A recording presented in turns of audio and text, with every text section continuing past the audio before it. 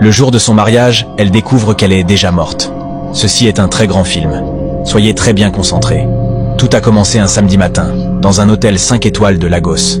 Les klaxons résonnèrent dehors, les voitures de luxe, les caméras, les fleurs, tout était prêt.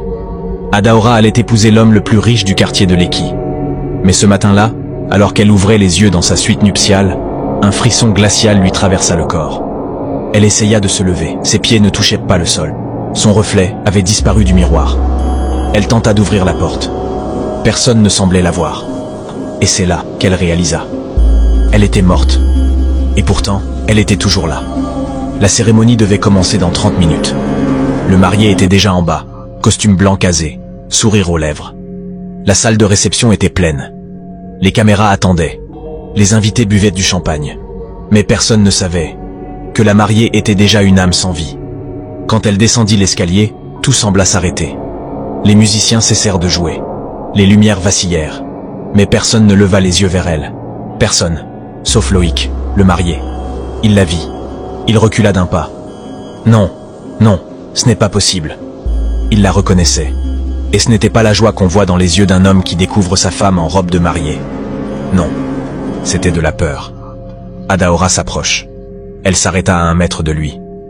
Tu pensais que j'allais disparaître pour toujours? Tu pensais pouvoir m'effacer, me trahir, m'assassiner, et quand même m'épouser? Le prêtre, confus, se tourna vers Loïc. Monsieur, tout va bien? Mais Loïc s'effondra. Les invités commencèrent à murmurer. Certains sortirent leur téléphone. Quelque chose n'allait pas. L'atmosphère devenait glaciale. Une femme cria. Les lumières s'éteignirent. Les portes se fermèrent. Personne ne pouvait plus sortir. Et là, la vérité commença à sortir. Loïc, le riche héritier, n'était pas celui que tout le monde croyait. Adaora était venue réclamer justice. Et elle n'était pas seule. Adaora flottait au-dessus du sol, invisible aux yeux de tous. Dehors, la musique battait déjà.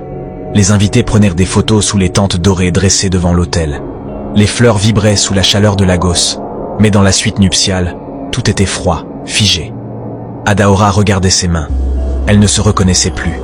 Elle sut qu'elle était véritablement quittée de son corps. Aucun miroir ne reflétait plus sa silhouette. Elle cria, hurla, mais aucun son ne sortait. Personne ne pouvait l'entendre. Puis elle entendit frapper.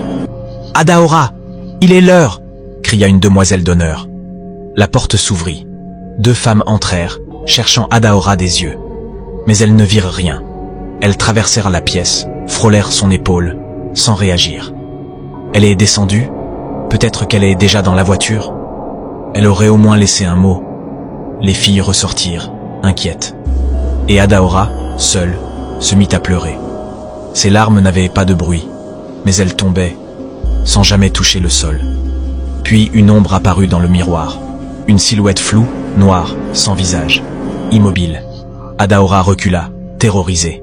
« Qui es-tu » cria-t-elle enfin. « Que m'arrive-t-il » La silhouette murmura d'une voix glaciale. « Tu n'aurais jamais dû dire oui à cet homme. Il t'a vendu, et maintenant tu es à nous. » Le miroir se brisa d'un coup. Adaora hurla, et soudain, elle se retrouva, dans un autre endroit.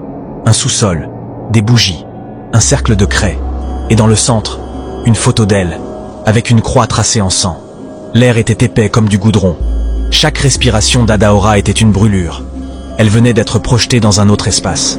Puis une voix masculine, étouffée, résonna.